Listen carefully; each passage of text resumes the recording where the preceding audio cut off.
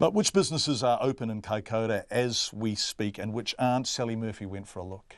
So this is Kaikoura's main street. It doesn't stretch too far up the road, but it's usually where all the tourist buses come here and drop off the tourists, which is what all of these businesses rely on. And as you can see, most of them here are all shut.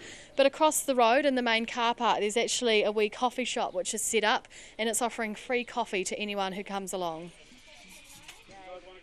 Barista Sharon Rayner says they've been run off their feet. So what are you guys doing today? Today what we're doing, we've been getting donations of coffee beans and milk from the Army. The Army's been coming in and filling up the tank, and we're just trying to keep people happy, a bit of normality, you know, get them a coffee in the morning, and there's been quite a few grins around, so yeah, no, we've got all donations from tampons to alcohol, so yeah, no, it's been really nice feeding the people that are here to help. This is the only pub that's open along the main street at the moment, called the Whaler, and it's become quite the meeting place where all the locals have been having their community meetings. Wayne Scott runs West End Clothing, which has been on the main street for 70 years. We opened Monday, yesterday. We have been open 2 hours a day before that, just for essential clothing services. Just to help people out if they want clothes, you know. When it rained, we opened that day, in case they want a jacket. So we're doing our best to keep people happy.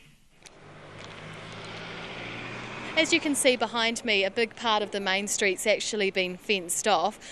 There's huge cracks in the concrete of the front of these shops, so they've put these wooden pillars up to support the facades of the buildings. But as you can see behind me, the town's only chemist is actually open for business because they're providing essential medical services. Pharmacist Dave McKee had to get emergency drug supplies helicoptered in from Christchurch to deal with the aftermath of the quake. As busy. Oh, I hate those things. Did you feel that? A little bit. Yeah. I'm over those. So why are you so busy? Is it because there's more people in town or are people injured? Initially, you know, we had a couple of thousand tourists here who commonly, you know, had enough prescription medication for the weekend, but come Monday they were due to go home, and of course they didn't have any drugs. So on top of all my local customers and clients who were due to be served on Monday, we had all of those tourists who didn't have any meds. So it's like dispensing the entire town in one go at once. The main street supermarket, 4 Square, is also cordoned off. The Army and Fire Service have been working to secure the building. We're at the end of the main street now, and as you've seen as we've wandered up, most of the shops that are closed are the food ones because the sewage and water is still not working, but things like the clothes store, the chemist, the bank here and the dairy are all open. The ice cream shop right in front of us is planning to open next Monday if they can get enough supply of milk.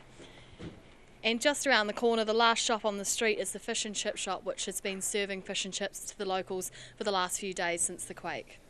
Although the tourists are not here, the Army and emergency personnel are keeping the shops that are open busy for now.